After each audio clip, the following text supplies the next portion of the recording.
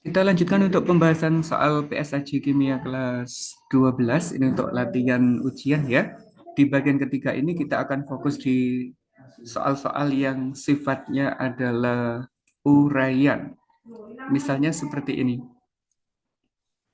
Ada infografis berhubungan dengan CFC, klorofluorokarbon. Kita diminta untuk mencari dua jawaban yang benar. Jika kita pahami dengan baik, bahwa sebenarnya CFC itu kalau ada di udara itu bisa memecah molekul ozon yang dapat merusak ozon karena sifat radioaktif yang dimiliki oleh unsur klorin itu. Dari sini yang benar adalah CFC merupakan golongan alkil halida karena di sini ada C dan Cl. Ini C ya, maaf ya, ini C, Cl. Begitu. Dan yang kedua adalah semakin banyak CFC yang lepas ke udara, maka molekul ozon akan semakin banyak yang rusak. Berikutnya kita disuruh mencari kebenaran setiap pernyataan yang diberikan dari data yang diketahui. Misalkan yang pertama, saus tomat mengandung gula terbanyak. Maka kita bisa ngecek di sini untuk saus tomat memiliki 22 gram, sedangkan yang lain nggak sampai 22. Maka yang pertama nilainya adalah benar. Untuk yang kedua, jus buah itu hanya menggunakan perasa, berarti penilaiannya juga benar. Kalori pada kerupuk itu 7 sampai 9 gram gula, sedangkan pada susu hanya 5 gram, sehingga juga benar. Yogurt sebaiknya dihindari karena dia mengandung 14 gram gula tambahan. Cukup tinggi gula. Berikutnya adalah disuruh memasangkan dari beberapa isomer yang diberikan. Untuk yang pertama, ini rantainya sama-sama 4, cuma yang membedakan adalah posisi atom brominnya. Ini di nomor 1, ini di nomor 2. Sehingga untuk yang pertama itu termasuk kategori isomer posisi. Kalau gambar yang kedua, ini sebagai ether, ini sebagai alkohol. C-nya sama, yang bedakan hanya gugus fungsinya, maka termasuk kategori isomer gugus fungsi. Kalau yang ketiga, ini sama-sama masih dalam senyawa asam karboksilat, cuma ini rantainya 4, ini rantainya 3, sehingga kita bisa mengatakan dia sebagai isomer struktur. Dan yang keempat, ini adalah dua gambar yang identik, namun posisinya berbeda. Satu adalah bayangan dari yang lainnya. Ini dimasukkan pada kategori isomer optik. Berikutnya esai penuh, kita diminta untuk menyetarakan persamaan reaksi, ini mudah sekali. Yang saya pakai adalah menggunakan metode setengah reaksi.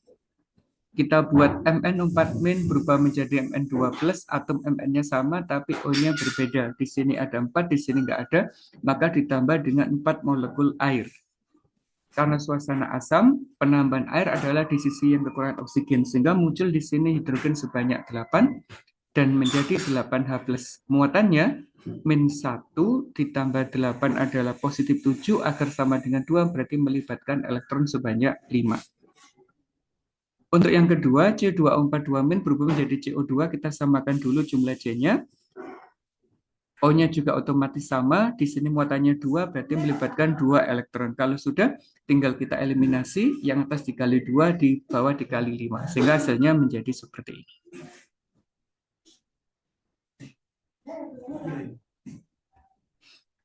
Berikutnya adalah diminta untuk menggambar sel volta lengkap dari data potensial elektroda yang diberikan. Di sini ada Ag dan Cu. Kalau kita lihat, posisi Cu itu lebih kiri daripada Ag, sehingga Cu mengalami oksidasi, yang Ag mengalami reduksi. Sehingga kalau digambar, gambarnya semacam ini.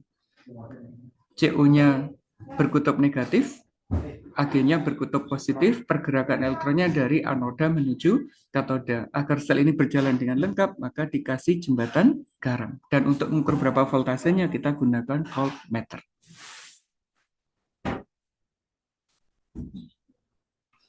Soal berikutnya terkait dengan sel elektrolisis. Kalau kita lihat ini adalah aplikasi dari hukum Faraday yang pertama, maka kita cukup menggunakan rumus ini, EIT per 96500.